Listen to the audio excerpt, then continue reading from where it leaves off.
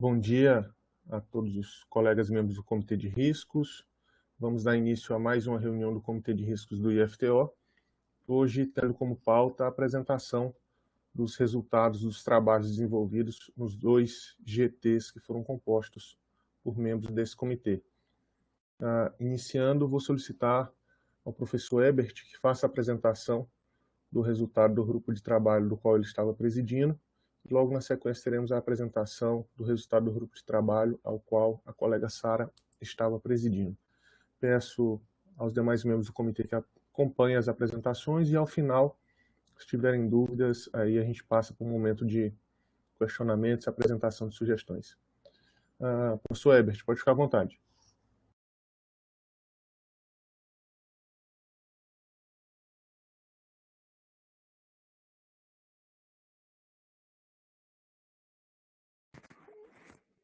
Bom dia a todos. Está iniciando a minha câmera aqui. Aí, pronto. Bom dia a todos.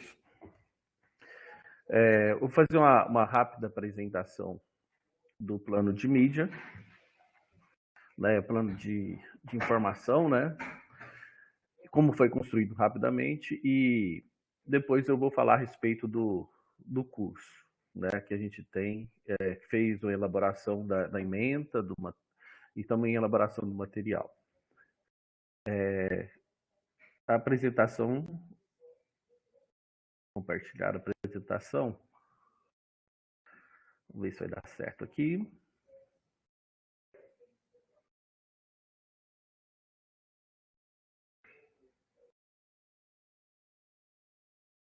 Está enxergando a minha tela? Sim, Ebert, tudo certo. Tá ok. Tá cortando a tela ou não? A tela tá inteira? Eu não consigo enxergar. Pelo que eu percebo aqui, está inteira. Está apresentando... Tá. Então vamos lá, então. Primeiramente, eu gostaria de falar que a nossa equipe foi formada pela portaria 351 de 2021, né? A equipe tem eu como coordenador, né, dessa equipe, junto com deixa eu pegar meus membros aqui, que eu não estou enxergando. Junto com o Edson, a Milene, né, a Marcele, a Sara, a Andressa, a Nayara, a Juliana.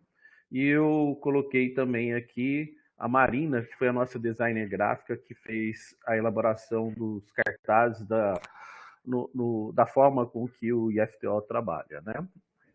Nós fizemos a elaboração das necessidades e ela nos auxiliou nesse processo. Então, a elaboração do plano surgiu através do seguinte, mais ou menos, cronograma. Nós fizemos algumas reuniões com a equipe para poder escolher as diretrizes e nós fizemos uma organização, né, do IFTO em nichos, vamos dizer assim, em salas que tenham as mesmas características, né? E nesses nichos nós vimos as necessidades pontuais e quais eram a necessidade de cartazes, de material para cada um deles.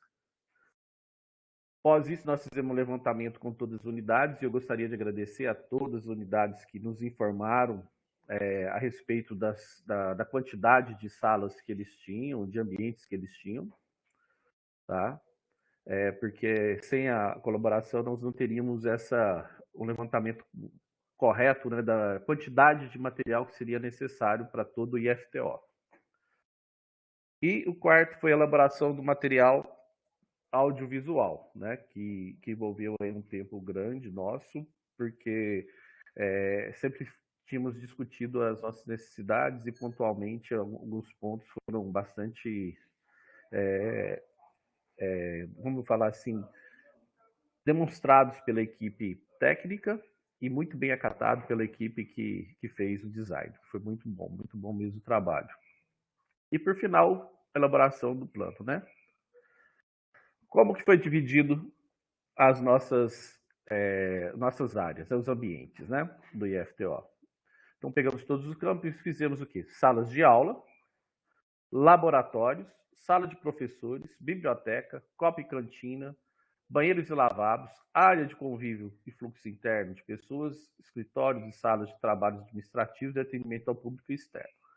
Então, nós dividimos em 8 áreas, e cada área dessa tem a mesma características de, vamos dizer assim, de ocupação e necessidade. Por exemplo, sala de aula, laboratório, sala de professores, biblioteca, banheiros, né, área de convívio intenso também, escritórios, todos esses necessitam, por exemplo, proibido fazer alimentação nos locais, né?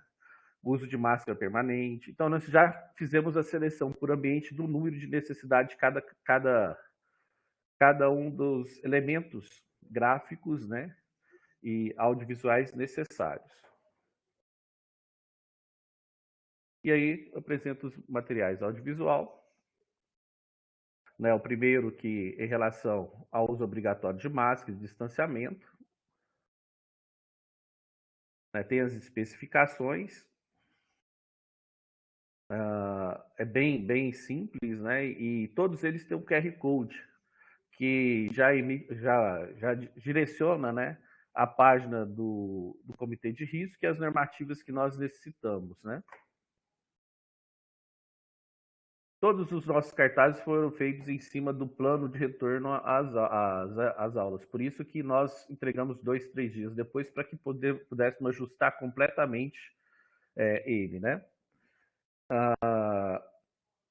O segundo cartaz, né, vem que não é permitido comer nos local.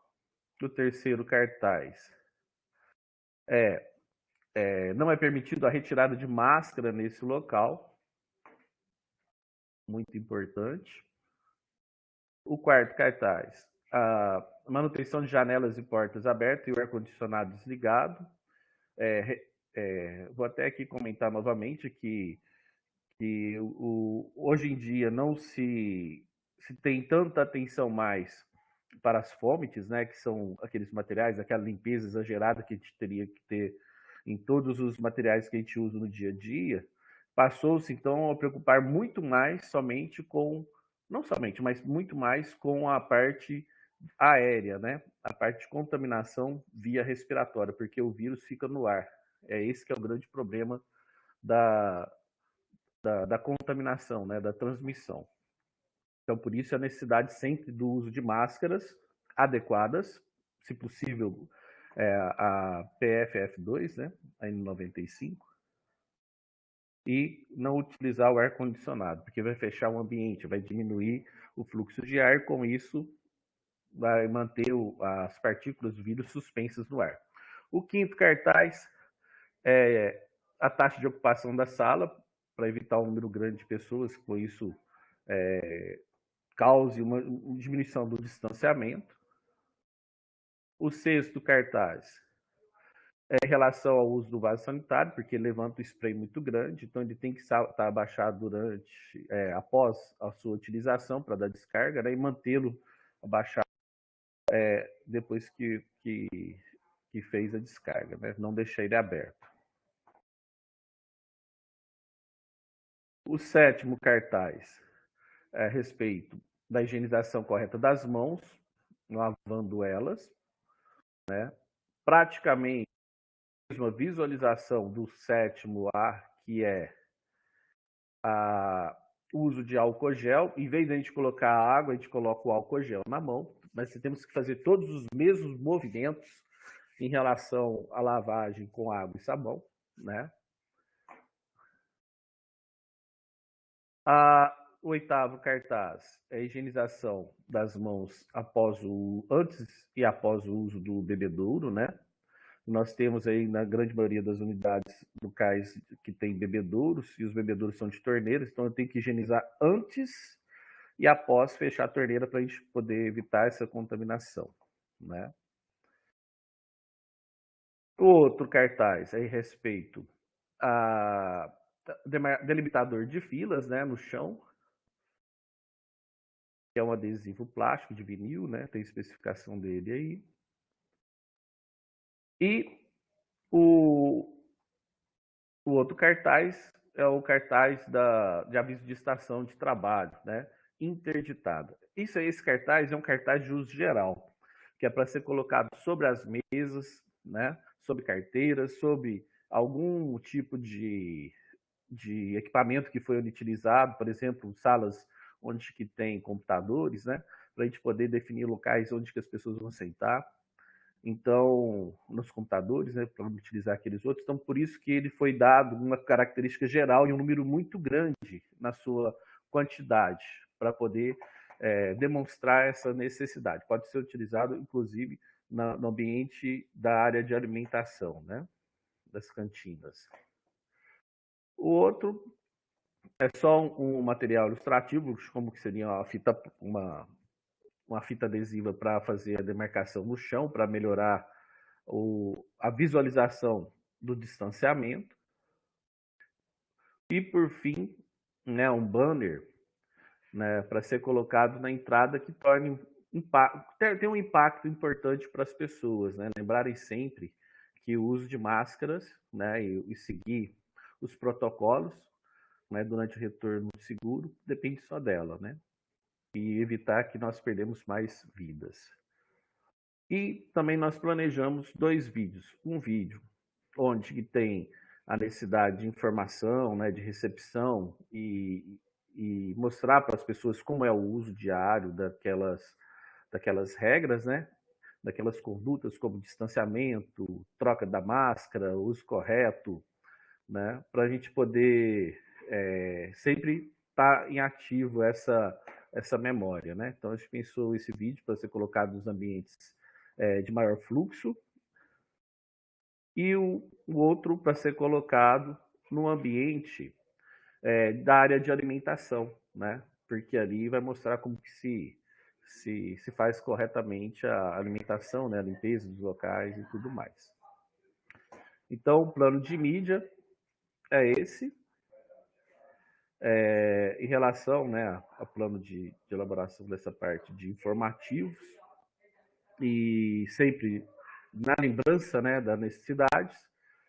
E o próximo é em relação ao curso. O curso, eu vou até colocar no Word, eu não fiz uma apresentação direta, porque ficou muito grande, a forma de apresentar eu não gostei.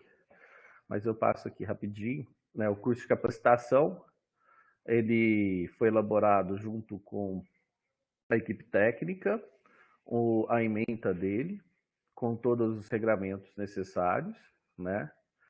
E ele vai ser na forma de EAD, vou até passar aqui para baixo, com o objetivo de informar quais serão os cuidados e protocolos que devemos adotar no dia a dia das atividades educacionais e laboral no âmbito de FTO.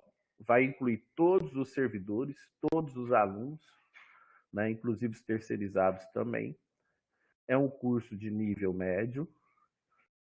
Tá? Nós fizemos levantamento de o número de pessoas que pertencem ao IFTO, chegamos no número de 18.143, né? Então, teríamos aproximadamente 18.500 vagas. A metodologia será na forma remota, né? Utilizando o sistema do IFTO, que, por isso, nós temos um prazo curto para executá-lo, de 15 de novembro a 29 de janeiro. Né? Então, esse sistema ele encerra no dia 29 de janeiro, então, por isso a gente só tenha essa data. Carga horária de 40 horas e a descrição do curso em relação à natureza do coronavírus, aí tem a especificação de cada parte. Antes de sair de casa, o que eu devo proceder, né? Tem todo um processo para isso.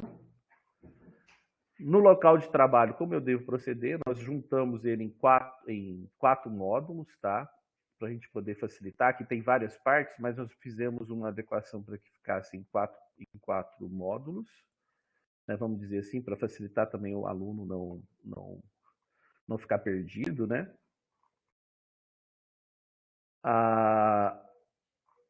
Essa parte é bem grande, né? A intervalo e alimentação, como eu devo proceder. Tem todas as características já dentro aqui. Retorno para casa, como deve ser feito, né? a parte de identificação de fake news, né? E dentro da parte de trabalho e o tempo que se fica no IFTO, nós temos também a informação do que eu devo fazer se caso alguém da minha família esteja contaminado, ou mesmo eu tenho contato direto com pessoas que estejam contaminadas, ou eu esteja sentindo algum tipo de sintoma, que vem de acordo também com o protocolo que nós vamos apresentar posteriormente, né? E os canais de acolhimento e escuta, que é muito importante para o IFTO também. Então, são essas partes que compõem o curso e que nós estamos elaborando aí, como se diz, um passo um pouquinho mais do que a gente gostaria, mas a gente acho que termina a tempo. Então, essa é a apresentação do que foi escrito na nossa minuta para a elaboração, né? Deixa eu subir aqui.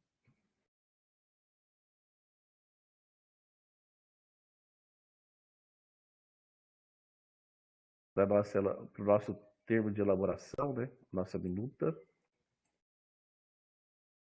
De elaboração de material informativo e capacitação de boas práticas para o retorno das atividades presenciais no âmbito do IFTO. Então, essa é a minha apresentação.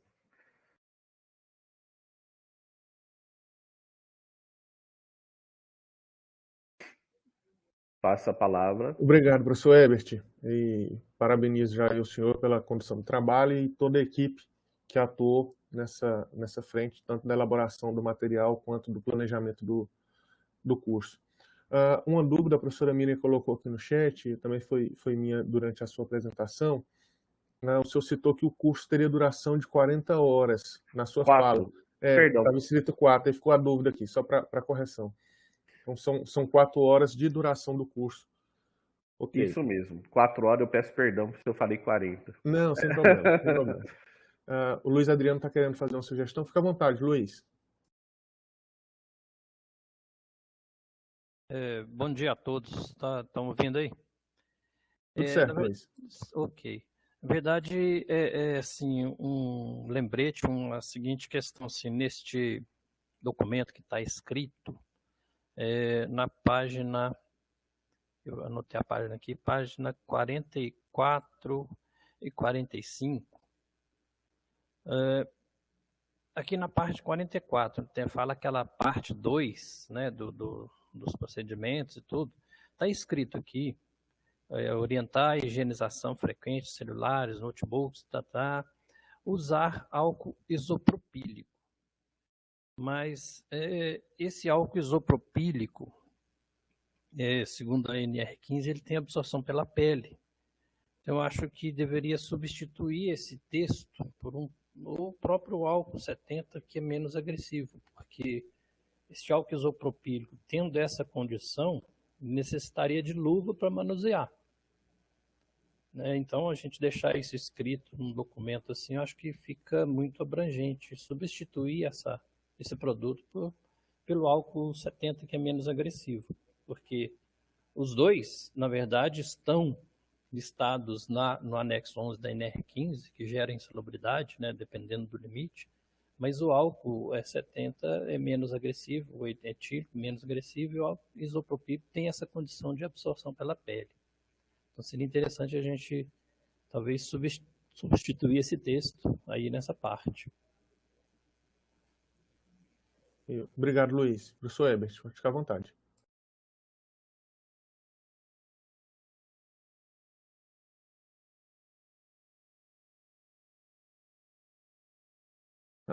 Tá sem áudio, viu, Herbert?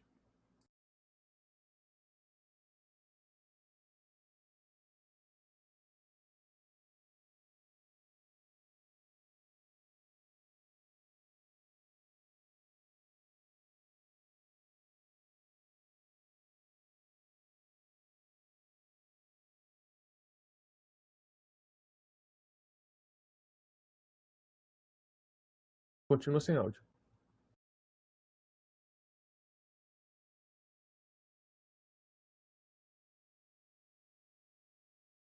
Não.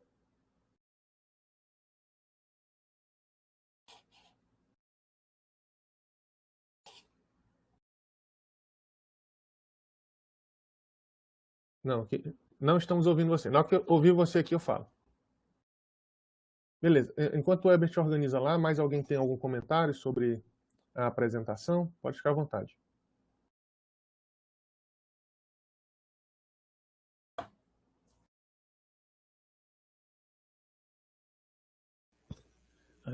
Professor Antônio, eu também tenho uma outra observação aqui. À vontade, Luiz. No mesmo documento, aí, já na página 45, está dizendo lá no item 2, fala a respeito dos equipamentos de proteção individual nos laboratórios, serviços de saúde. Aí coloca máscara protetora de acrílico ou óculos, e se refere óculos de proteção devem ser exclusivos para cada profissional. Lembrando, gente, EPI por si só já é uso individual, não somente o óculos. Quando a gente coloca máscara protetora de acrílico, tá? Considerando tudo isso EPI, todos eles devem ser individuais, não podem ser emprestados para o outro.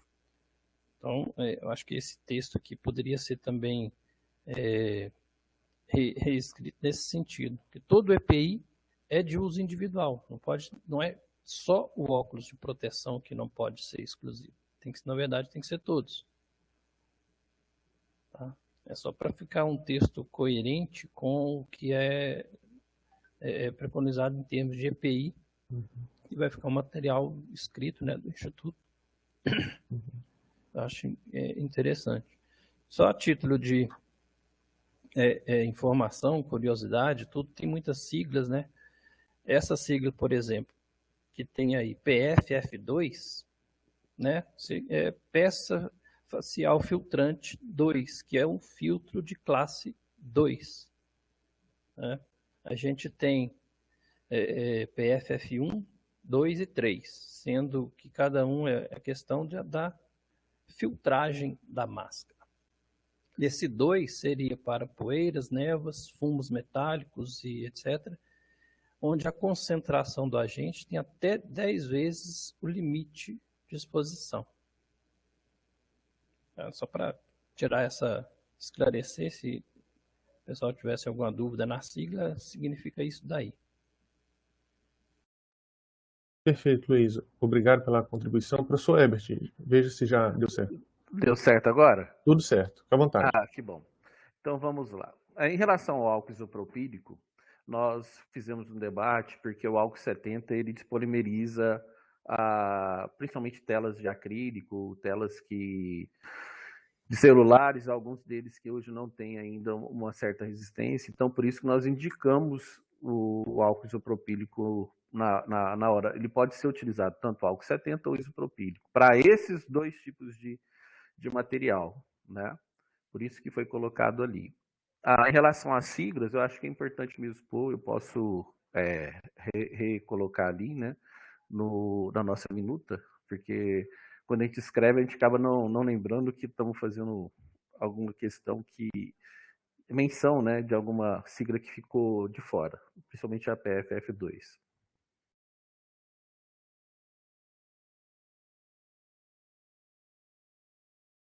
Acho que era só isso, né? Eu cheguei no meio da conversa dele. Sim, a questão da máscara, né, dos EPIs de uso geral, você citou, e a questão do álcool também. Foram esses dois pontos.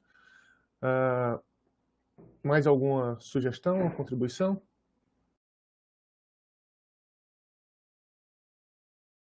Ok. Agradeço, então, novamente, tá, professor Herbert, pelo trabalho, toda a equipe. Acho que é um trabalho muito bem elaborado. Já antecipo que na próxima semana nós teremos reunião do Consup, e aí o senhor vai ser convidado a fazer essa apresentação também lá aos colegas. Tá ok. Obrigado. Eu agradeço. Sara, pode ficar à vontade.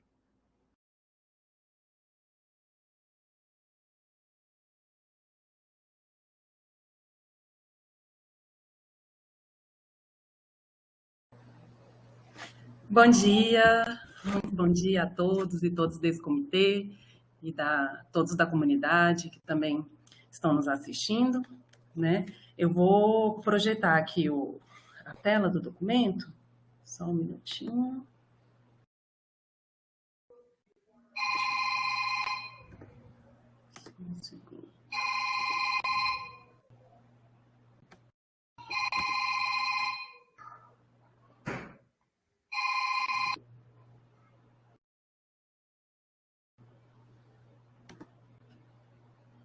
Vocês conseguem ver a minha tela? Sim, Sara, tá tudo certo. Vou aumentar aqui a letra um pouquinho.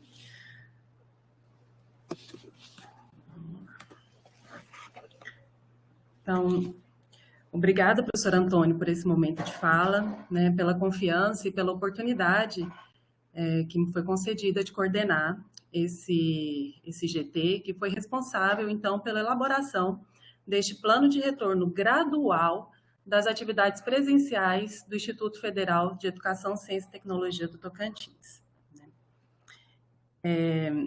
Esse documento, ele é um fruto de muita dedicação, né? E ele resulta de muitas reuniões, discussões com toda a equipe, né, os membros, e também resultado de muito estudo. Então, a equipe foi a equipe definida pela portaria 352, né? E ela tem como seus membros a Ana Beatriz, a Andressa, o Danilo, Redilson, Edson, o seu Flávio Elisiário, Gabriela Medeiros, Sorepte, Josafá, Juliano, Cleiton, Maicon, a Ana Beatriz e o Maicon são estudantes, Marcelo, Maria Elisa, Marilene, Milene, Nayara, Otaviano, Paula Carine e eu como coordenadora desse GT. E eu gostaria de falar que submeter esse documento para apreciação deste comitê é realmente muito, muito gratificante. E antes de apresentar o conteúdo em si do documento, eu gostaria de, mais uma vez, registrar o meu agradecimento, minha admiração a todos esses membros do GT. É um grupo bem heterogêneo no que diz respeito às diversas áreas do saber, é composto pelas diversas representatividades no âmbito do IFTO, né? E são membros que se dedicaram, que não mediram esforços na execução dessa missão. Então, mais uma vez, meu muito obrigado. Foi uma missão realmente cheia de desafios, né? Com certeza esses desafios eles não foram ainda esgotados e eles vão exigir adaptações, criatividade e reinvenções, né? Por todos nós. Então, eu gostaria de ressaltar alguns pontos que eu julgo muito importante para a compreensão a respeito da construção desse documento. Certo? O primeiro ponto é que esse documento ele se fundamenta no princípio da proteção e preservação da saúde e da vida.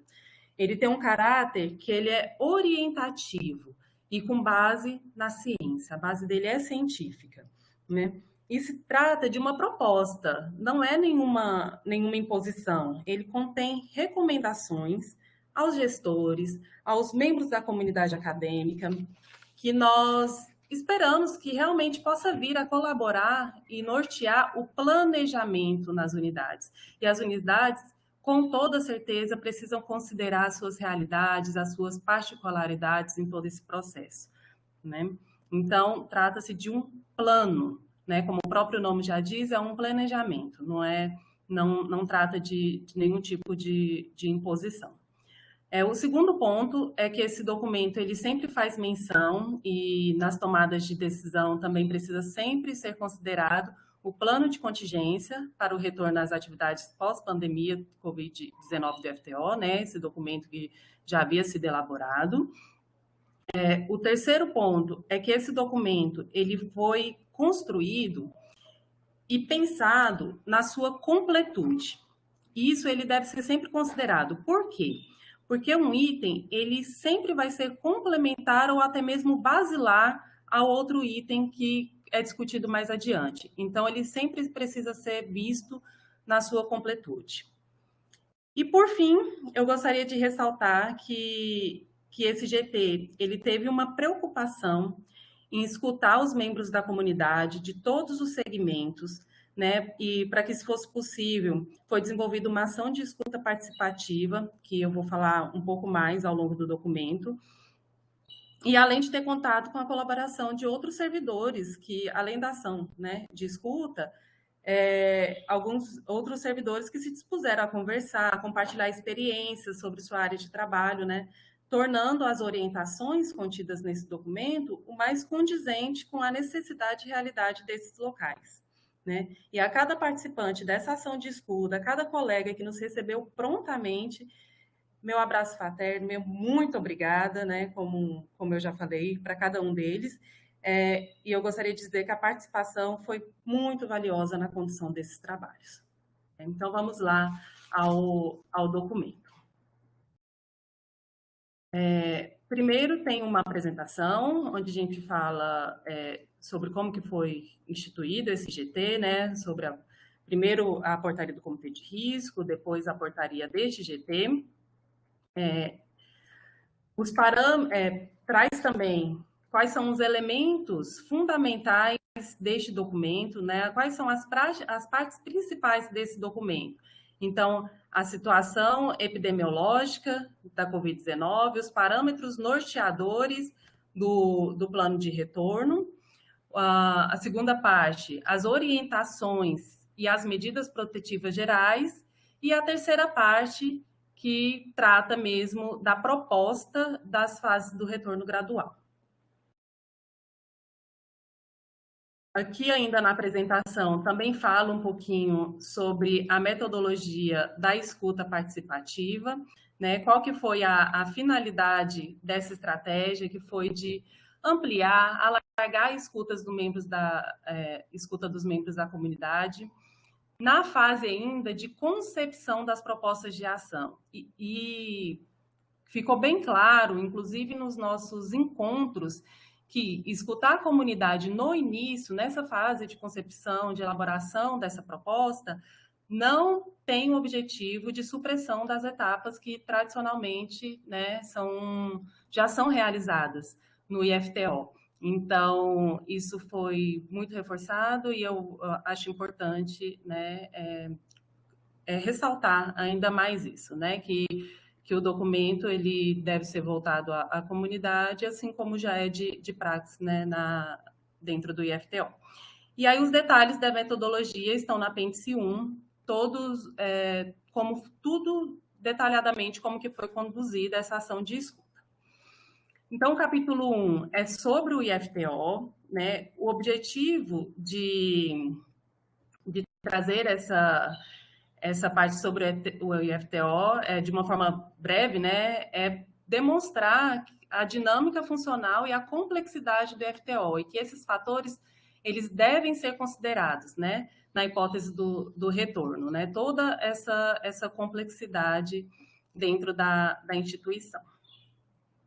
Então, vem o capítulo 2, que é o capítulo que trata da epidemiologia, dos parâmetros norteadores e as diretrizes, né? Então, a epidemiologia é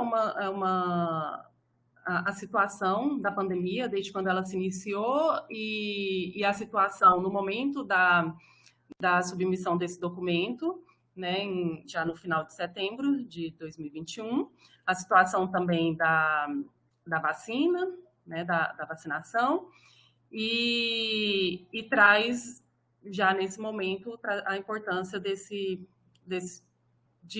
seguir, né, que está alinhado às diretrizes do plano de contingência. Os parâmetros norteadores,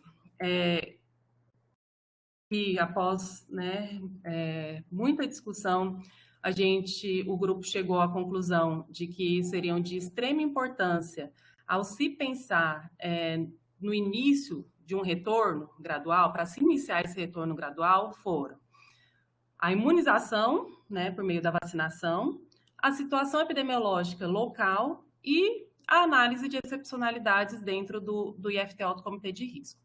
Então, um ponto importante é que esses parâmetros, eles precisam ser analisados em conjunto, né? Então, quando traz 3 parâmetros, é de forma concomitante, não pode ser analisado de forma individual. Então, o primeiro parâmetro, que é a imunização por meio da vacinação, o grupo considerou a meta de vacinação de 70% da população do estado do Tocantins como uma meta ideal para se iniciar a fase do plano de retorno gradual, né? Essa é uma meta que foi estimada por estudo de modelagem da OMS. Aí, junto a essa vacinação, com certeza tem que estar a situação epidemiológica local. Então, para a situação epidemiológica local, nós trouxemos como sugestão um quadro que está baseado nos indicadores que foram propostos pelo Centro de Controle de Doenças dos Estados Unidos, o CDC, né? É um indicador que eu já aproveito para falar que vem sendo bastante utilizado pelos órgãos que estão orientando, né, esse retorno. Então, tanto documentos que vêm sendo citados nesse plano, da Fiocruz, do Fórum de Dirigentes, UFD, né? Também todos eles adotam esses mesmos indicadores, né? Então, aqui tem um quadro que a gente observa a situação do indicador que define um risco do mais alto de transmissão, que é o vermelho, ao risco mais baixo de transmissão, que é o verde, né? E o grupo considerou que o azul, que é um risco baixo de transmissão na escola, como sendo a fase, né, o momento mais oportuno para dar início à fase 1 do retorno, conforme mais na frente traz essas fases, a descrição dessas fases, né? Então, seria esse azul, onde a gente tem um número de novos casos a cada 100 mil habitantes, né, de 5 a 20 casos, né, um percentual de testes positivos de 3 a 5%, e ele considera também as estratégias, que são estratégias chaves, né, nesse controle, nessa prevenção, que é o uso constante e correto de máscara, o distanciamento social, a etiqueta respiratória e higiene das mãos, a limpeza e desinfecção e o rastreamento, né, o monitoramento dos casos confirmados, suspeitos e contatos dentro da instituição.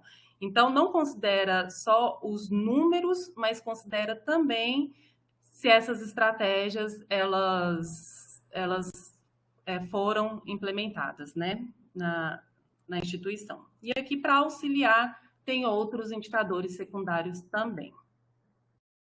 E, por fim, o parâmetro 3 é a análise de excepcionalidade pelo comitê de risco.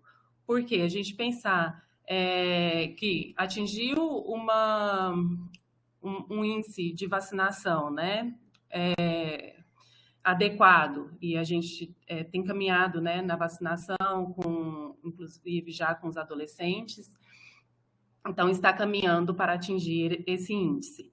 Mas a situação da epidemiologia local tem que considerar também as situações dentro da instituição, que devem estar sempre em vigilância, né? Então, a gente pode considerar que no município está tudo ok, mas se dentro da instituição teve um surto, então precisa, né, ser reavaliado e o andamento desse retorno. Ok? Então, esse é o parâmetro 3. Depois a gente tem uma parte no documento sobre as diretrizes, né? O que são as diretrizes? São as medidas protetivas gerais. Então, um item sobre a vacinação, onde é ressaltada a importância de que todos os indivíduos elegíveis devem receber a vacina, né? Para se alcançar essa cobertura vacinal de forma homogênea e assim ter o maior controle da situação da pandemia. E a importância de uma campanha positiva, né, de conscientização da vacinação. Os protocolos de biossegurança, medidas de distanciamento social, recomenda a manutenção dos 2 metros, né, que já tinha estipulado no plano de contingência. Medidas de proteção individual e coletiva, traz informações sobre os diferentes tipos de máscara e traz que a máscara os respiradores faciais do tipo FF2 e N95, eles devem ser priorizados, né? Ainda os demais equipamentos de proteção individual, né, que eles deverão ser selecionados conforme a atividade a ser desenvolvida. Então, cada unidade deverá fazer o levantamento dos EPI necessários, né, conforme as especificidades dos setores. Como já foi muito bem colocado pelo professor Ebert, a priorização da ventilação natural dos ambientes, né, a qualidade do ar, ela é de extrema importância nesse controle da pandemia, da transmissão do vírus. Então, a gente coloca esse documento da OMS, que é Roteiro para melhorar e garantir a boa ventilação de ambientes fechados no contexto da doença causada pelo novo coronavírus, Covid-19. É um roteiro que vem indicando formas de melhorar a qualidade do ar, né? Então, é claro que esse roteiro ele precisa ser analisado em cada local, conforme a realidade de cada local, por profissionais, né, que têm a competência na área para poder fazer as melhores adequações possíveis, porque nós entendemos, né, que o Tocantins não tem um clima favorável para o não uso, né, de ar-condicionado, mas o ar-condicionado desse formato split, que não renova o ar, é um fator de risco, né? Então, de que forma que pode melhorar a qualidade do ar, né? Então, lá nesse documento tem várias orientações, e inclusive no anexo 2 tem é como se fosse um resumo dessas orientações, conforme foi disponibilizado também pela Fiocruz no documento que eles colocam como as recomendações para retomadas das atividades presenciais em instituições de ensino. Então, esse trecho desse documento também foi colocado em anexo no nosso plano. Reuniões, preferencialmente manter, né, essas reuniões online, do contrário, sempre considerar as demais orientações. Uma orientação sempre vai puxando a outra, né, lembrando que o respeito ao distanciamento, ele cabe em todas as orientações.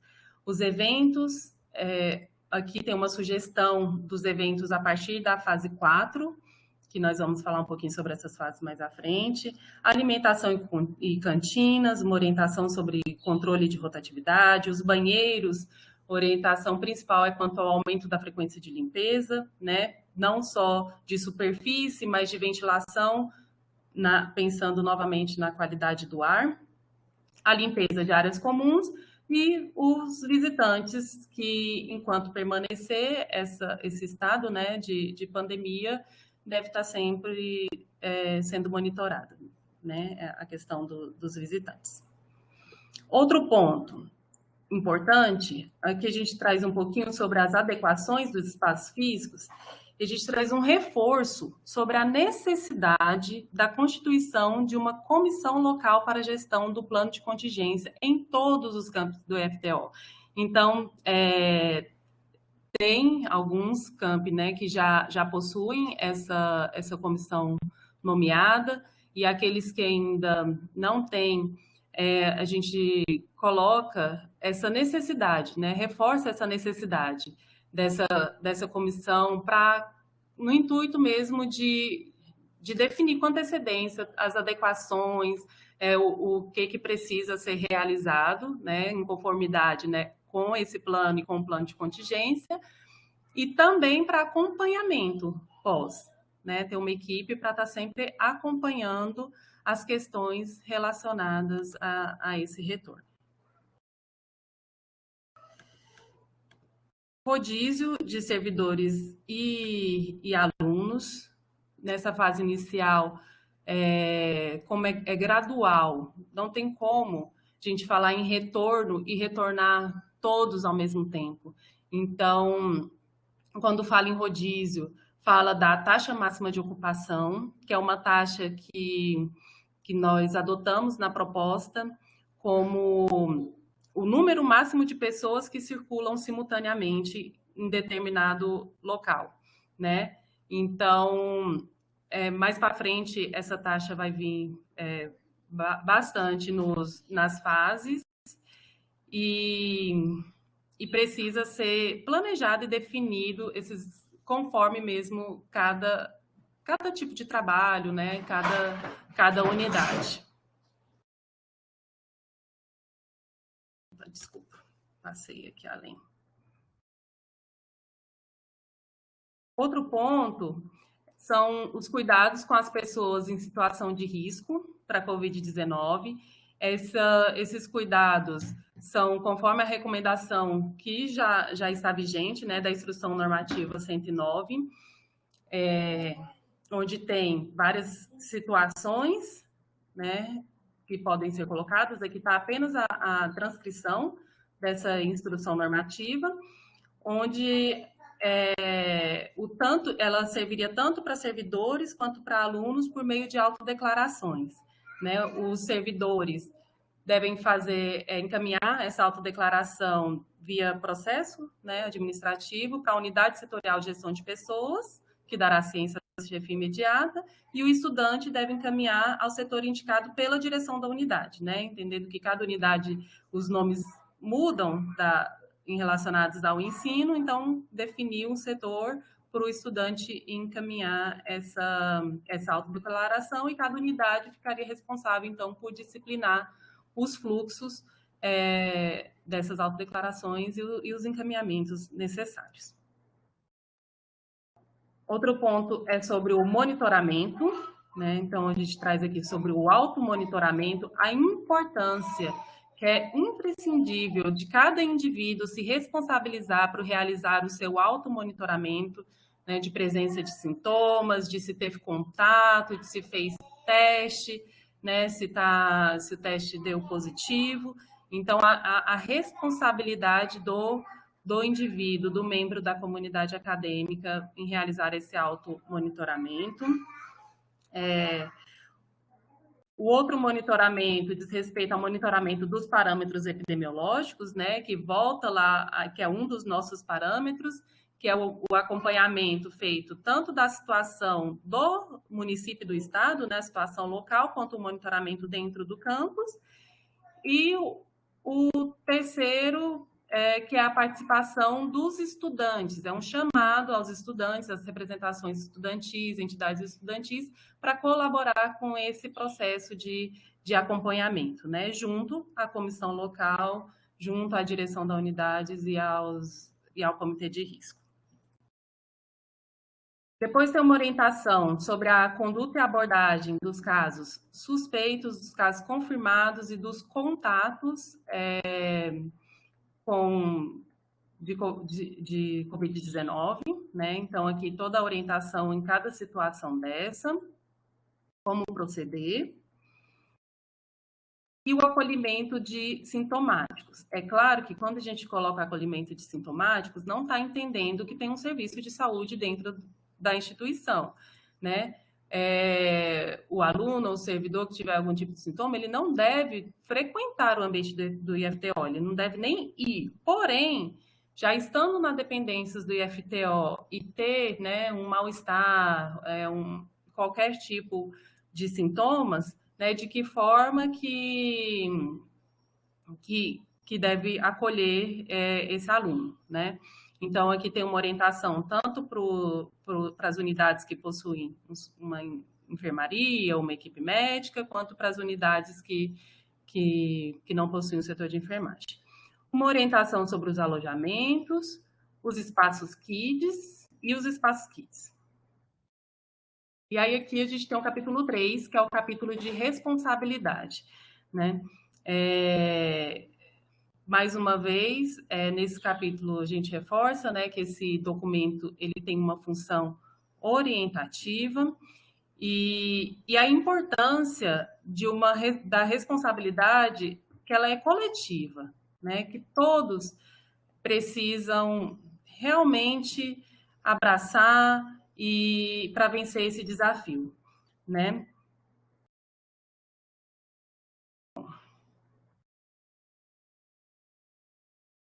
O capítulo 4 é um capítulo sobre a comunicação e capacitação, que já foi apresentado, muito bem apresentado pelo professor Herbert, né? Então, ele vem falando sobre os trabalhos do GT, do plano de formação, e ainda a gente acrescenta 2 estratégias, né, para manter uma comunicação permanente com a comunidade escolar, que é uma central de atendimento tira dúvidas, que a priori a gente colocou pelo meio do e-mail do comitê de risco, né, onde todos da comunidade possam enviar suas dúvidas e ter essa comunicação permanente, e o canal de alerta e automonitoramento de sintomas. Então, seria estratégias para enviar os alertas por meio da plataforma, de aplicativo, do SIGA, do SWAP, né, para ter sempre aquele lembrete desse automonitoramento, que é super importante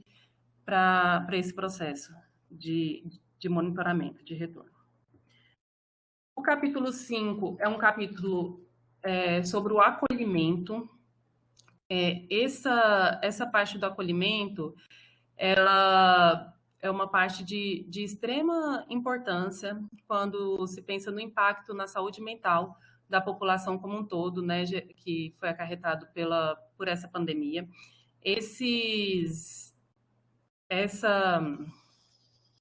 adoecimento mental, ele foi muito prevalente, muito presente nas falas nos nossos encontros da escuta participativa, né? Então, é uma preocupação muito grande com os alunos, com os servidores, em relação a todo esse impacto que a pandemia trouxe, né? Do adoecimento mental, da vivência do luto e também das sequelas. Então, é um capítulo que ele traz algumas orientações, algumas estratégias. Foi colocado como anexo um outro documento, que é um documento que fala retorno ao trabalho presencial no contexto da pandemia Covid-19, orientação em saúde mental. É um documento que foi elaborado por um grupo de psicólogos dos IFs, né? E tem a presença de 2 psicólogas do IFTO, né, auxiliando nessas estratégias e recomendações, e traz também os canais de atendimento da assistência estudantil para os estudantes e para os servidores em relação ao Programa Qualidade de Vida, o PQV, e ao CIAS, né, os canais de atendimento também. E além da parte de saúde mental, uma orientação a respeito das demais vulnerabilidades, né, que não só surgiram, mas também se agravaram durante esse período. E o nosso capítulo final, que é o capítulo 6, que trata realmente das fases, há uma proposta das fases do retorno, né? Então, quando a gente fala dessas fases, a gente considera uma fase 0, o momento atual, em que estão suspensas, né, as atividades, e depois a gente considera 4 fases, da fase 1 à fase 4. Então, tem algumas pontuações aqui que devem ser levadas em consideração antes, né, de ir direto para essas fases, da priorização ainda das atividades remotas, né? Lembrando que tem aquelas atividades que elas não são adaptáveis ao formato remoto, então essas atividades são a preocupação inicial quando a gente vai pensar num retorno gradual. Uma orientação sobre a taxa máxima de ocupação, né? E quando é colocada essa taxa máxima de ocupação, não significa que deva ocorrer essa máxima ocupação, né? Então, é um guia, mas que deve considerar todas as outras orientações, principalmente a questão do distanciamento. Então, lá na fase 4, quando coloca 100%, mas a gente ainda está na vigência da pandemia, 100% não vai ter 100%, porque o espaço físico vai limitar isso, né? Não vai ser possível retornar todo mundo naquele espaço físico, visto que precisa manter o distanciamento de 2 metros, certo? Então, é um guia para esse retorno ser gradual e para se pensar em priorizar as atividades até que seja possível retornar todas as atividades. Quando tem também falando que uma nova etapa, né? Quando a gente fala das etapas, das fases, ela deve ser autorizada para a reitoria, a partir da assessoria do comitê de risco, né? E que depende da estabilização ou melhoria dos indicadores epidemiológicos, da adesão da comunidade às medidas, o monitoramento eficaz e a ausência de surtos dentro da unidade, né? Então, a importância de ser gradual, de adaptação, de poder, de ver se consegue, né, esse monitoramento, né, e a necessidade de readaptações, porque tudo é um processo. Então, é muito importante que seja realmente gradual esse retorno. E lembrando que é um processo dinâmico, então, em vários momentos a gente fala da possibilidade de retornar à etapa anterior, pausar naquela etapa, conforme a dinâmica dos indicadores e da situação dentro do IFTO. Né? Em caso de pior ou agravamento, por exemplo, você poder retornar à etapa anterior do que está previsto. Outra orientação que é importante é que a gente coloca uma orientação em organizar os grupos de trabalho e de estudo com uma rotatividade semanal. Por que essa orientação? Primeiro, porque gera um menor contato entre as pessoas nesse início. Segundo, porque otimiza o monitoramento. Então, isso foi pensado com base em uma simulação que foi realizada no estudo que chama Simulador de Dispersão do Coronavírus em Ambientes Escolares. É um simulador que foi elaborado por um grupo interdisciplinar da Unidade Federal da ABC, Universidade de Bristol, Unifesp e UFSCar. Então, isso permite, conforme essa simulação, que num período, aqui tem até uma imagem da simulação, que num período de 5 dias letivos, a gente não tenha um número de infectados. E permite também, no caso de uma notificação, né, de um teste positivo, de um contato, um maior controle daquele grupo que estava trabalhando, estudando junto, certo? Então, vamos lá às fases. Como falado, a fase 0 é a fase atual, que permanece enquanto tiver menos de 70% da população vacinada, enquanto os indicadores epidemiológicos, conforme aquele quadro colocado nos parâmetros, ainda se encontra nas fases vermelha, laranja ou amarela. Então, atingiu aqueles parâmetros, a gente tem que pensar que precisa ter uma estabilização. Então, chegou naquele ponto que se julga ser um oportuno, né, para iniciar o retorno. Então, o que é a proposta da fase 1? É que retorne 25% dos servidores, né, para fazer o planejamento para a fase 2. Então, atingiu a fase azul, esses deve ficar por pelo menos, quando a gente fala sempre estabilização, a gente está considerando 4 semanas de cada fase para considerar essa estabilização. E aí retorna 25% ao presencial, né? Lembrando, gente, mais uma vez, que 25% simultaneamente. Então, isso não quer dizer que do total de servidores, só 25% em todo esse período vão retornar. Esse 25% taxa de ocupação máxima, é simultâneos naquele ambiente de trabalho, certo? A forma que isso será organizado depende muito de cada tipo de trabalho, de cada unidade, se é um trabalho que permite perfeitamente ser realizado de forma remota, se é um trabalho que realmente está sendo muito prejudicado por não estar presencial. Então, isso é uma organização que precisa ser definido por local. levando em consideração todas as particularidades, né? Então, seria 25% para preparar para a fase 2. Na fase 2, aí retorna os alunos. Aumenta a taxa de ocupação máxima de servidores, podendo passar para 50%, e para os alunos, 25% dos alunos, simultaneamente, em determinado local. Então, aqui fala em priorizar as atividades que não são adaptáveis ao modo remoto, né? Então, aquelas atividades que estão bem prejudicadas com o ensino remoto. Então, tem como pré-requisito a permanência na fase 1 por 4 semanas, sem que tenha uma piora no quadro epidemiológico, sem surtos no IFTO, e continua a orientação de grupos definidos por coorte em rotatividade semanal, por aquele motivo que foi falado anteriormente.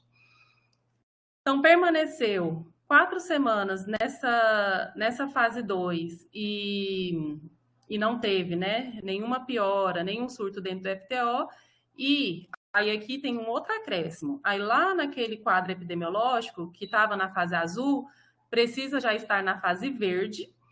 Aí entra a fase 3, com 70% dos servidores e 50% dos alunos.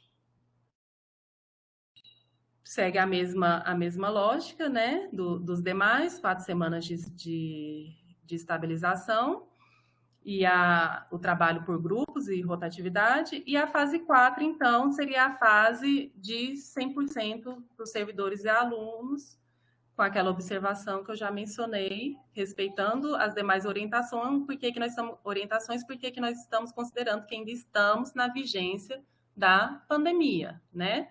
A gente não está falando a pandemia acabou. Então, o pré-requisito também é as 4 semanas, e a orientação é que a taxa de ocupação máxima será limitada pelas regras de distanciamento social e protocolos de segurança, que devem ser mantidos. Por quanto tempo? Enquanto perdurar as orientações de enfrentamento à pandemia de Covid-19, enquanto estivermos em pandemia, certo? Então, aqui é só um lembrete dessas fases, azul, o que é a fase azul, verde, mas que está lá na página 9 e 10, o quadro bem especificado. E, para finalizar, as sugestões de prioridades. São sugestões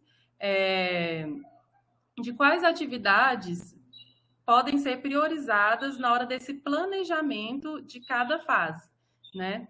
Então, o que priorizar na fase 1, na fase 2, na fase 3 e algumas orientações também, né? Por exemplo, na fase 4. Então, essa é a proposta colocada por este GT para apreciação desse comitê. Aqui no apêndice 1, a gente tem todo o detalhamento de como foi planejado a metodologia, como foi delineada a metodologia e como aconteceu a ação de escuta. No apêndice 2,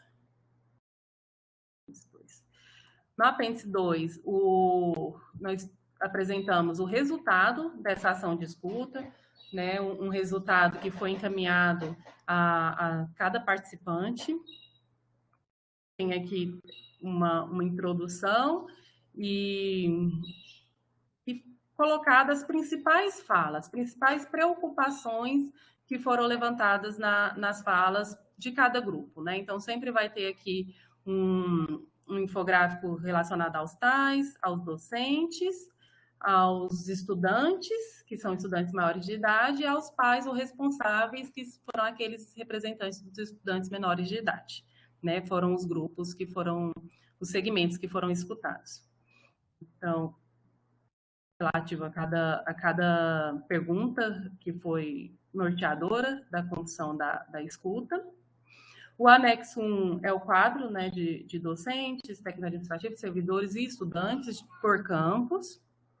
O anexo 2 é aquela parte do documento que eu mencionei, do documento da Fiocruz, que vem resumindo essa orientação sobre a ventilação. Precisa, mais uma vez, ressalto, precisa de uma atenção bem criteriosa. O anexo 3 é o questionário de verificação de sintomas, então, para servir de guia, né, naqueles alertas para cada um tá sempre ali olhando, né? Tô com febre, tô com sintomas, tive a doença nos últimos 14 dias, alguém do meu domicílio ou contato teve a Covid-19, quais são os sintomas? Então, são alertas, né, para o automonitoramento. O anexo 4, lá na responsabilidade, eu acabei passando, esqueci de mencionar, né? A importância, trata da importância de fazer o curso de capacitação e, ao final do curso, de forma virtual, né, ter esse termo de ciência e responsabilidade para a realização de atividades presenciais na vigência da pandemia de Covid-19 no IFTO.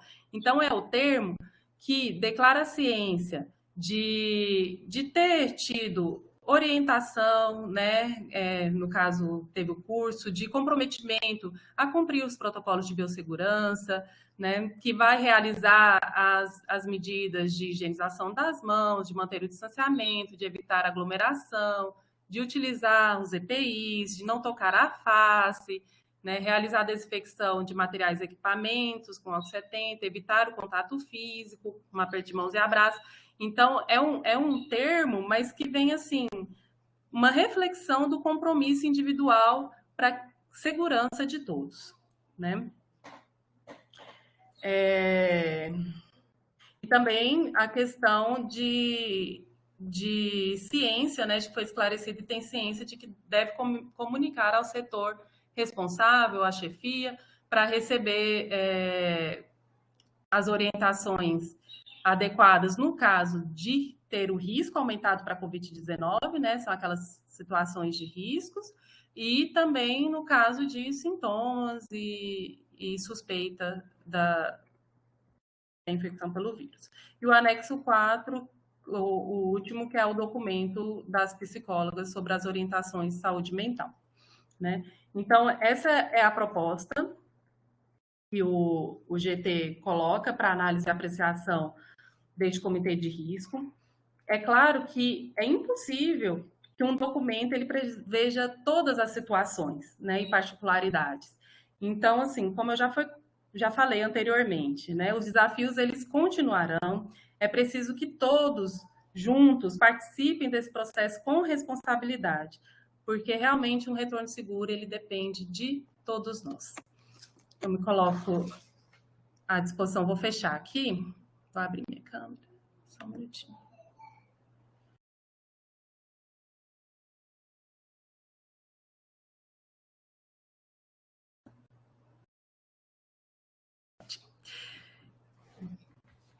Bom, então era isso que eu tinha a apresentar para vocês. Me coloco à disposição para ouvir vocês. E também deixo aqui em aberto para se algum membro desse GT quiser complementar, quiser fazer alguma fala a respeito dos trabalhos. Obrigada.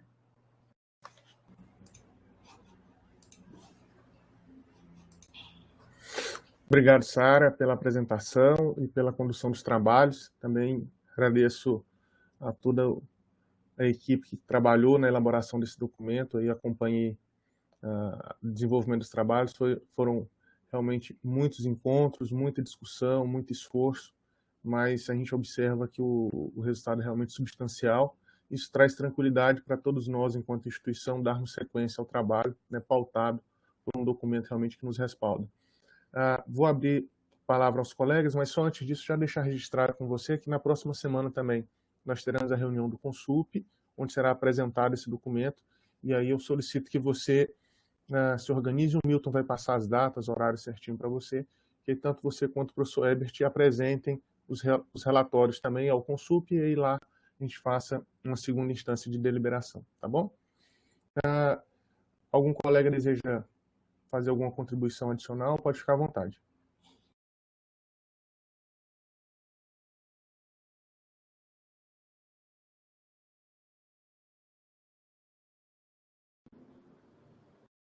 À vontade, professora Paula.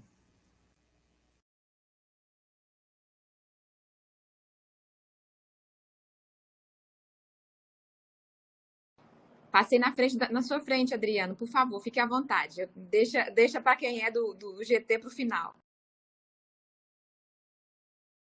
Luiz Adriano, então. Na sequência, a professora Paula.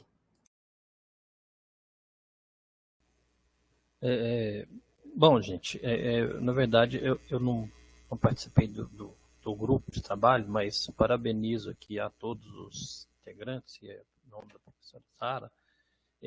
Eu vejo que o documento está muito bom, muito bem escrito, tudo lembra bem e permeia o que a gente tem na segurança do trabalho para aquelas etapas e fases para controle de riscos, né? Lembrando bem que seria a primeira situação que se pensa quando tem um risco colocado seria eliminar, depois reduzir, tomar medidas de engenharia, medidas administrativas e, por último, se fala nos EPIs. Então, eliminar esse nosso risco, a gente não tem como. Então, todas as ações que a gente for tomar agora vem no sentido de reduzir, né, essa questão da exposição. E para que isso faça, serão necessárias realmente medidas de engenharia. E a gente não pode entender medidas de engenharia somente execução de obras.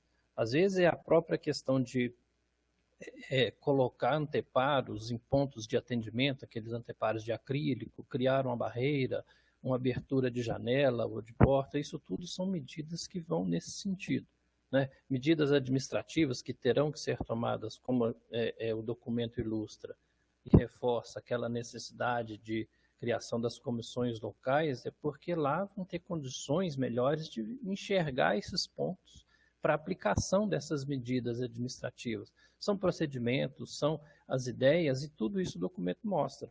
É a questão do distanciamento, é a questão do uso de máscara, a questão da orientação, né, como tem todo o material de mídia que foi proposto no outro grupo. Isso tudo faz parte, entra dentro dessa lista dessas medidas administrativas. Então, a gente emprega todas essas ações e a gente percebe no documento que existem todas essas ações impostas ali. Eu estou dizendo isso para reforçar e lembrar que não é somente o uso de EPI que deva ser adotado. EPI é a última situação. Quando todas as outras anteriores não resolvem, a gente tem que usar EPI. Nesse caso, nesse risco que nós todos estamos enfrentando, teremos sim que usar o EPI também, porque todas as outras barreiras por si só não vão conseguir resolver. Então, teremos que usar EPI. E aqui nessa questão, eu queria orientar e deixar bem claro, todas essas máscaras que estão sendo disseminadas e usadas e tudo aí, de tecido, máscara cirúrgica e tal, tecnicamente não são EPIs, mas elas têm uma funcionalidade, têm uma efetividade que está sendo empregada. Mas a partir do momento que a gente coloca e fala no documento que a gente vai usar EPI, então a gente tem que prestar atenção que EPI tem, sim, uma categoria, ela tem uma implicação e tem um uso. E para ser considerado tecnicamente EPI, tem que ter o certificado de aprovação, né, do Inmetro. Essa é uma questão técnica que, em determinadas situações e pontos que a gente vai ter que talvez enfrentar na instituição, como os próprios documentos sugerem, a gente precisaria pensar também nesta gestão futura desses termos EPIs, né? Quais são, o documento até mesmo fala para definir quais são os EPIs aplicáveis em cada situação, porque há uma implicação nisso daí, né? Então a gente tem que, enquanto comitê e eu, enquanto da parte técnica, alertar e lembrar isso, dessa condição, porque vai gerar a necessidade de a gente olhar com mais critérios e fazer uma gestão destes EPIs efetivamente sendo utilizados e preconizados nesses documentos. Mas vejo que o documento está muito bem elaborado, bem direcionado nesse sentido, para nos ajudar a tomar todas essas medidas no sentido de controlar, né, e buscar a redução dessa exposição da nossa comunidade, da instituição como um todo. Mais uma vez, parabenizo o grupo, está bem tranquilo. Só queria lembrar e pontuar essas ações que a gente pode precisar fazer gestão desses EPIs aí. Obrigado, Luiz Adriano. Professora Paula Carini.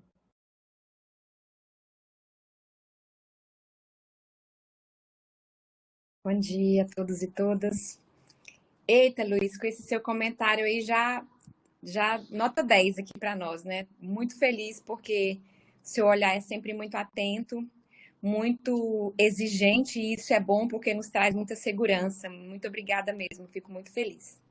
O outro ponto que eu queria destacar é que, assim, esse processo, sabe, professor Antônio e colegas, ele foi um processo de amadurecimento e, ao mesmo tempo, de revelação, evidenciação do quanto que um trabalho integrado, um trabalho desprendido no sentido de olhar para ter uma visão compartilhada, a potência, né, do que ele produz. Então, assim, vendo agora a apresentação do professor Ebert, que eu não estava acompanhando diretamente o trabalho, só acompanhando aqui e acolá algum ponto específico e as apresentações que ele trouxe nas nossas reuniões anteriores, e vendo o trabalho, o conjunto da obra, digamos assim, como servidora pública, como mãe, como também gestora, né? Porque há uma responsabilidade muito grande de estar sentado numa cadeira dessas. Todos nós sabemos o peso e a responsabilidade que é, não é? Então, assim, como que dá uma segurança e uma sensação de, poxa, foi muito difícil, muito trabalhoso, mas quando se tem um conjunto de pessoas trabalhando com foco, com determinação, você consegue a história do 2 mais 2 são 3, e não 2 mais 2 são 5, e não 4, né? Então, assim, eu queria muito destacar essa lição aprendida, para mim, como professora, como cidadã e também como gestora. E eu acho que essa atmosfera que o Comitê de Risco gerou com a formação desses GTs, essa forma de trabalho, é realmente uma lição aprendida para nós, como gestores, e eu acredito também que para as unidades. Eu não sei se os colegas que participaram do GT comungam dessa mesma opinião, mas, assim, muito destacável essa lição aprendida. Sobretudo, o esforço de todos poderem participar e contribuir igualmente, que é a base do que a gente tem procurado fazer até aqui, não só no Comitê de Risco, como na gestão como um todo. Então, eu quero mais uma vez agradecer muito a oportunidade e dizer que realmente foi um divisor de águas esse trabalho, porque temos a prova cabal que sim, quando as pessoas querem contribuir, como a gente consegue produzir algo que vai ganhar até um parabéns aí de Luiz Adriano, que é, para mim, assim, uma referência em termos de rigor, de precisão técnica. Isso realmente eu precisava destacar aqui. Obrigada. Obrigado, professora Paula. Mais algum colega? Professor Wendel, fique à vontade.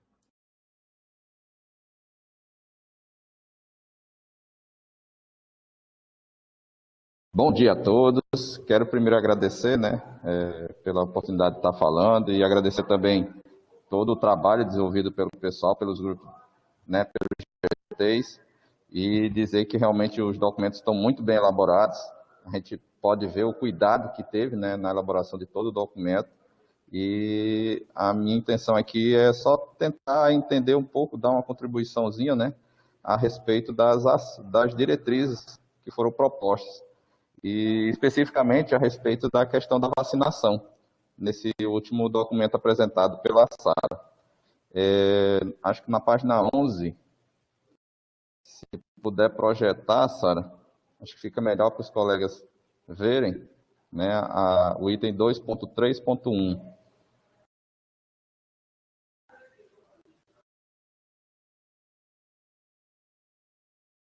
Todos estão me ouvindo? Sim, Wendel. A Sara já está compartilhando. Estou compartilhando, só. Obrigadão, Sara.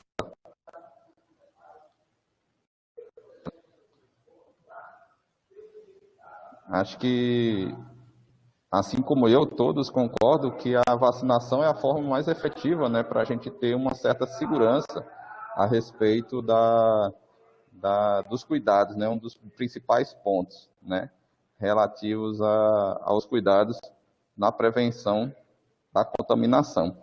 E aí eu pude observar que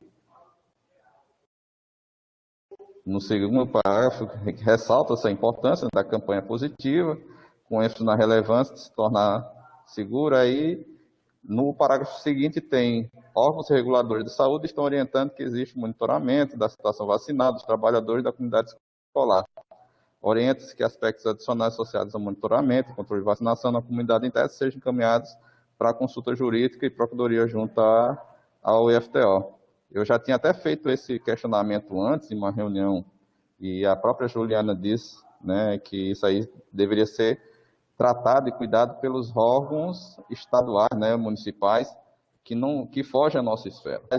Eu acho que seria interessante a gente talvez colocar alguma coisa nesse sentido, de que o IFTO vai fazer esse monitoramento, o IFTO não vai fazer esse monitoramento, vai exigir, não vai exigir que nossos colegas sejam vacinados, né?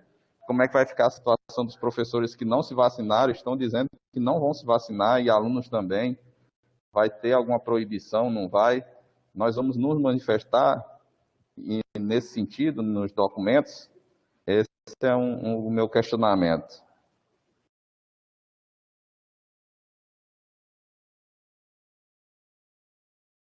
Obrigado, professor Wendel. Sara, à vontade. Os colegas poderiam auxiliar nessa questão? Olá, professor Wendel. Mais uma vez, bom dia. Eu vou ligar aqui o microfone e vou voltar. Realmente, esse é um assunto extremamente sensível. E olha, eu não contabilizei quantas horas nós passamos conversando e discutindo esse assunto, mas foram muitas. E realmente, o que está acontecendo atualmente é que existem alguns órgãos, né, de alguns municípios, alguns estados, que estão colocando, né, pela obrigatoriedade, colocando sanções, né, algumas penalidades. Porém, enquanto GT, a gente não cabe ao GT, assim, né, definir isso, né, como o senhor mesmo colocou, é algo que precisa ser discutido com toda certeza, mas que precisa desse olhar, como foi colocado no documento da consulta jurídica, da procuradoria.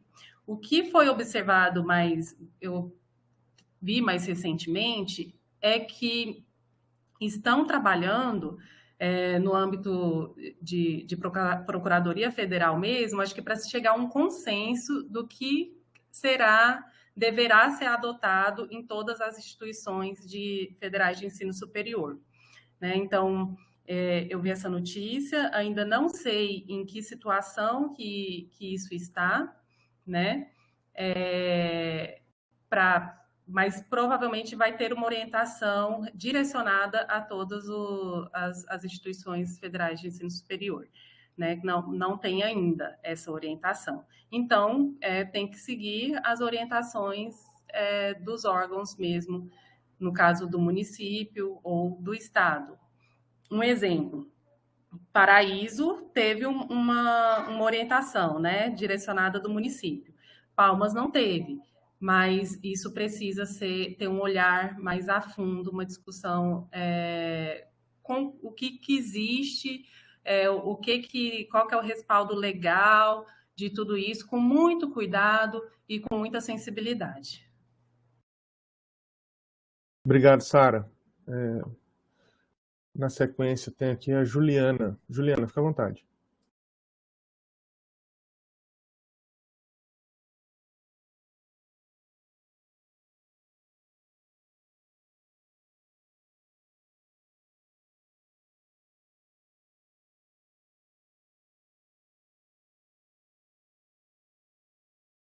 Não, Juliana, está sem áudio.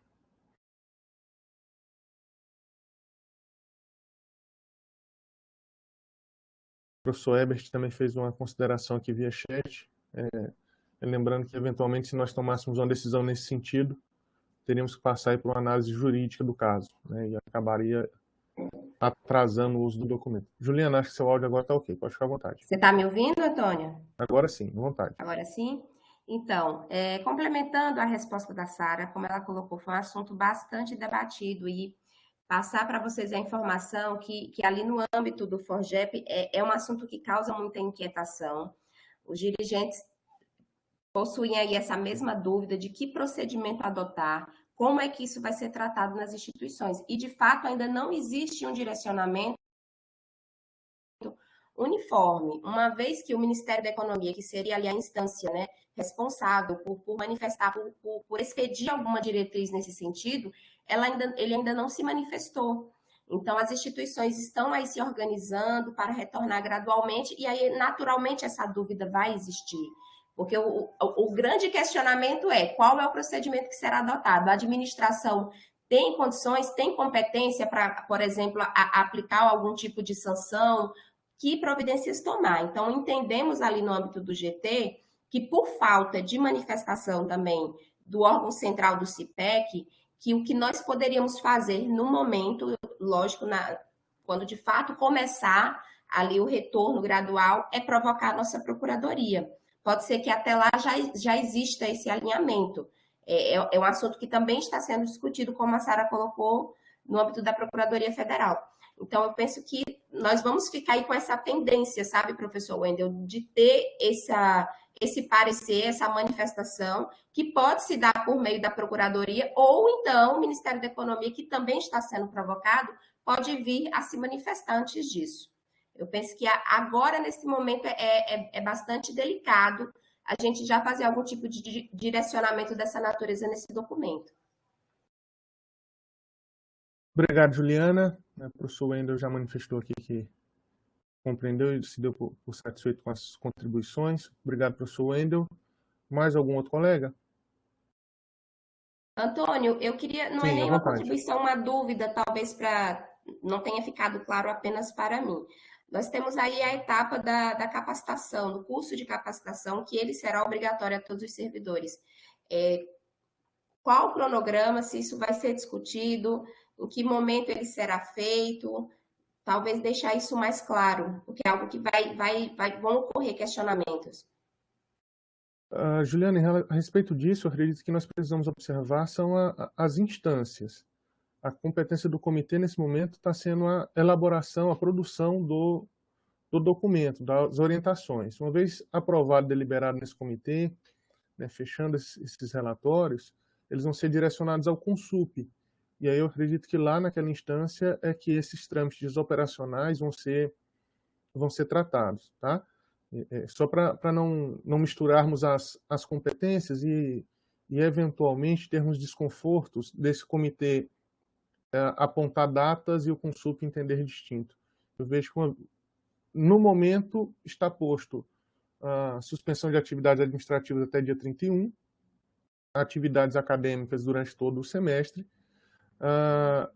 e agora o comitê apresenta o normativo, né, essas orientações para um retorno gradual. Uma vez acatado isso nesse comitê em relação a essas orientações, elas seguirão ao Consup, deliberado no Consup, e o próximo passo seja retornar isso para cada um dos gestores dos campi, para que eles possam observar aí os seus contextos e começarem a fazer um planejamento. Mas eu vejo que a respeito de prazos para reunir comunidade, discutir, isso vai depender muito da deliberação no Consup e depois da avaliação em cada uma das comunidades locais. Esse é o meu entendimento. Tá? Se vocês tiverem sugestões, pontos de vista diferentes, também podem ficar à vontade.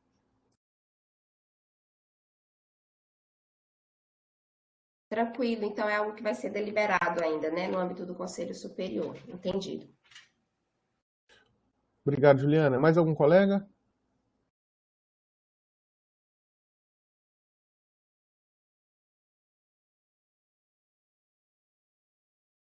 Ok, então não tendo novas manifestações, eu reitero o agradecimento a Sara, ao professor Ebert pela condução dos trabalhos e a todos os colegas que participaram desses GTs e se dedicaram.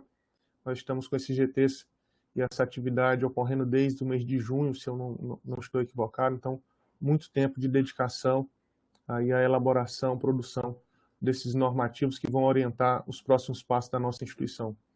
Eu reitero também que me sinto bastante seguro, enquanto gestor, de tomar decisões pautadas pelas orientações de toda a nossa equipe técnica e também dos nossos gestores que participaram na elaboração desse trabalho. Então, eu, mais uma vez, agradeço a vocês pela dedicação à nossa instituição e, não tendo mais nenhum comentário adicional, eu agradeço também a todos pela participação nessa reunião e encerro essa reunião do nosso Comitê de Riscos do IFTO, reforçando a tomada de decisão a respeito da suspensão das atividades administrativas presenciais já foram tomadas pelo comitê até o dia 31 de outubro.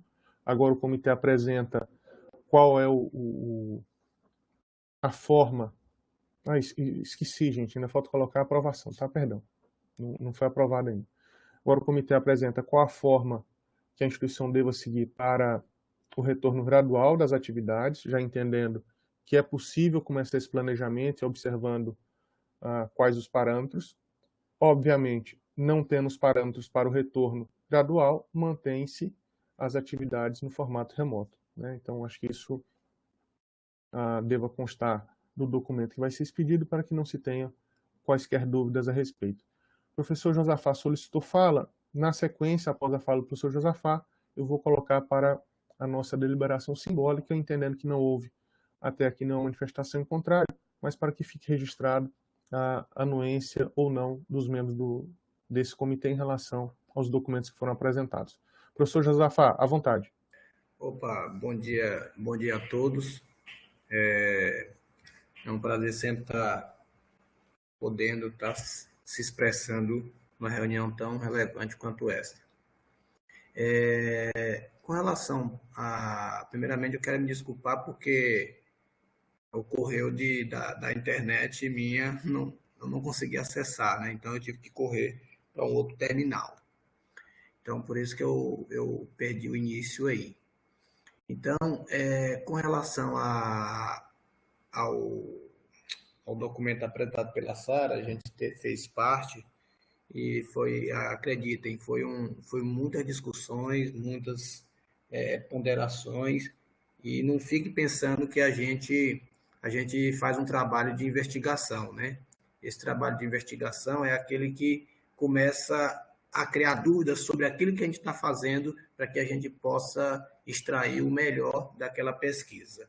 Então, é assim que se processou todo o trabalho elaborado por essa comissão, e é natural que a gente faça, né? A gente tem essa experiência, mas a gente também tem uma visão mais técnica, uma visão técnica, eu digo, dentro de pesquisa, e o que esse comitê fez foi isso, foi trabalhar com toda essa afinidade e afinco.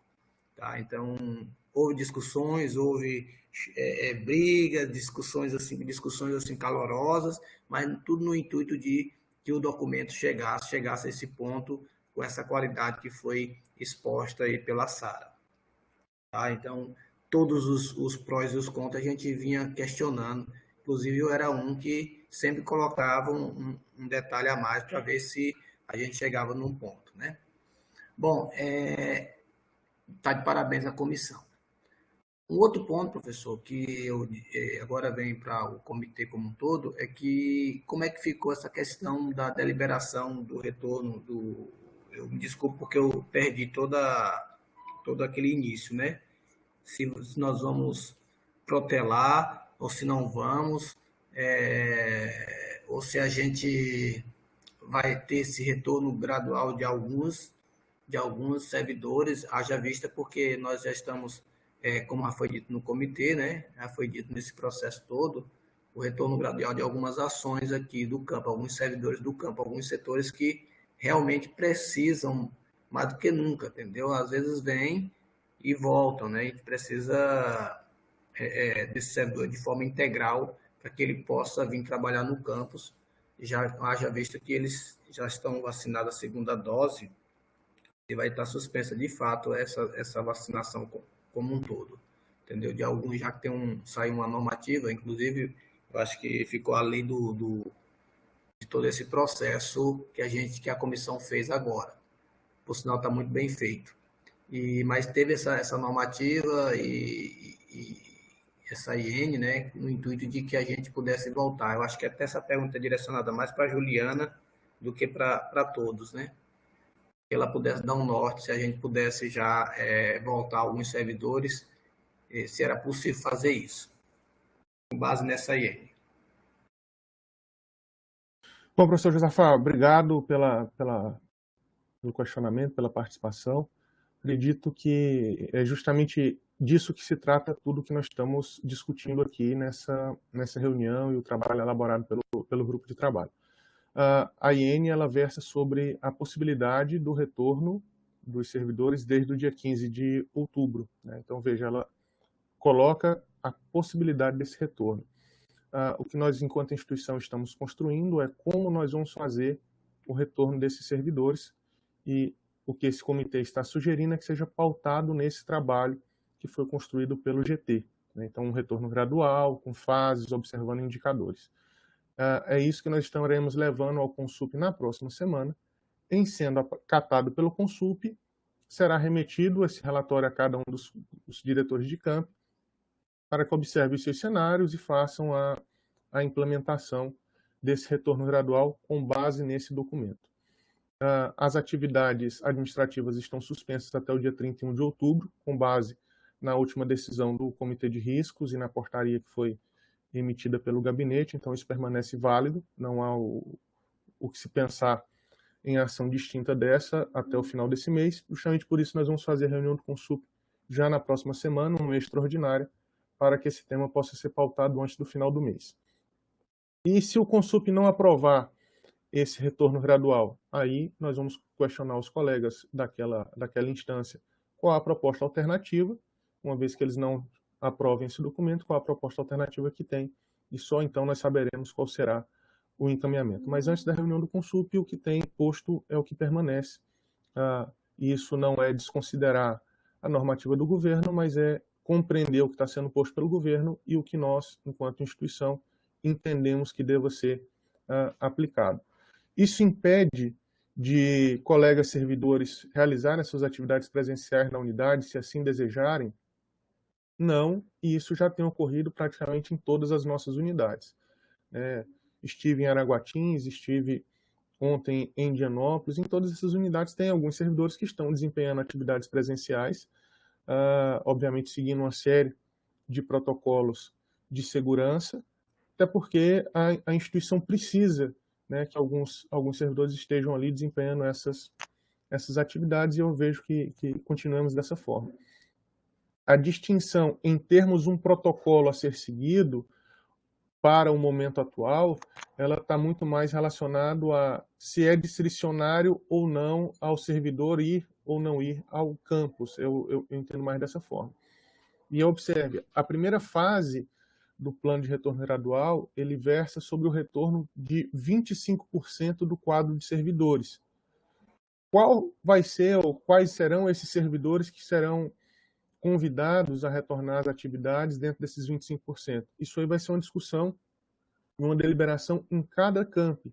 Então, aí em Araguatins, o senhor vai reunir com sua equipe e entender quem são os setores e os servidores que retornarão nesse primeiro momento.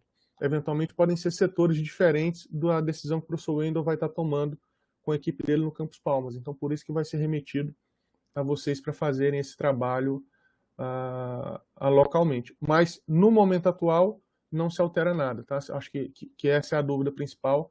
Então, até a reunião do Consup na próxima semana não há alterações e a gente segue aguardando qual vai ser a decisão do Conselho Superior.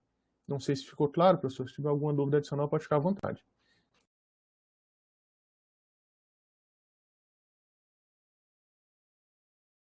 Perfeito, professor. Obrigado. Obrigado, professor Josafá. Mais algum colega? Professor Antônio, Manuel. À vontade, professor Manuel. Esses 25%, porque eu vi a Sara falando, não 25% dos servidores, 25% no mesmo tempo, né? 25% dos servidores em um determinado momento na instituição. Tá? Sim. Então, beleza. Mais algum colega?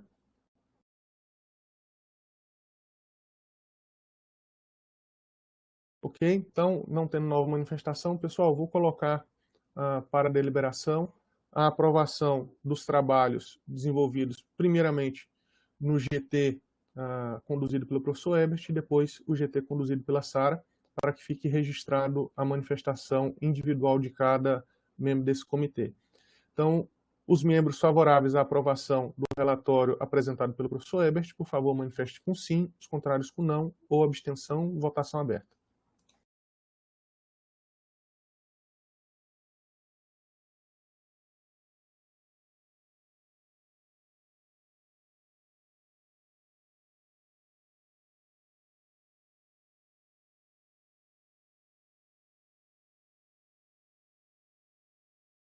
Excelente, agradeço aos colegas, registro a aprovação por unanimidade do relatório produzido pelo GT. Passando para a próxima deliberação, os colegas favoráveis à aprovação do relatório apresentado pelo GT conduzido pela Sara, por favor, manifeste com sim, os contrários com não, ou abstenção, votação aberta.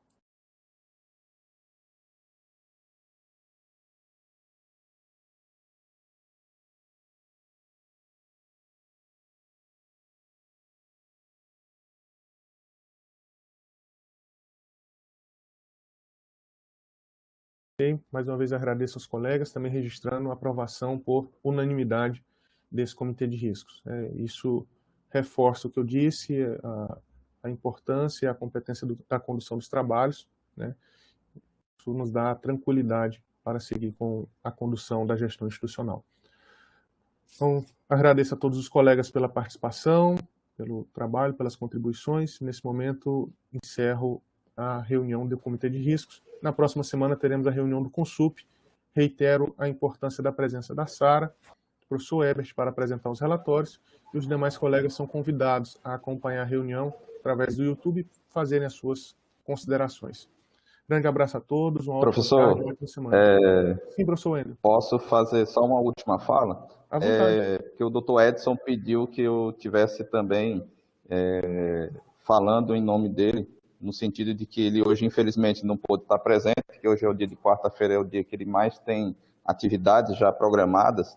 Ele não falou lá no grupo, mas que estava acompanhando, né, junto com os grupos de trabalho, os trabalhos desenvolvidos, que estaria também acompanhando assim, a aprovação deles, né, e que qualquer coisa ele estaria à disposição também para estar contribuindo mais, tá certo? Mas hoje, infelizmente, ele não pôde estar presente. Excelente, professor Wendel, muito obrigado. O doutor Edson também tem contribuído bastante nos trabalhos do comitê, assim como o colega Milene, que hoje não está conosco no comitê, mas certamente contribuiu muito com todo o trabalho até aqui. Agradeço a todos, um ótimo dia. Obrigado, professor. Um abraço. Um abraço, professor Wendel. Cleiton, pode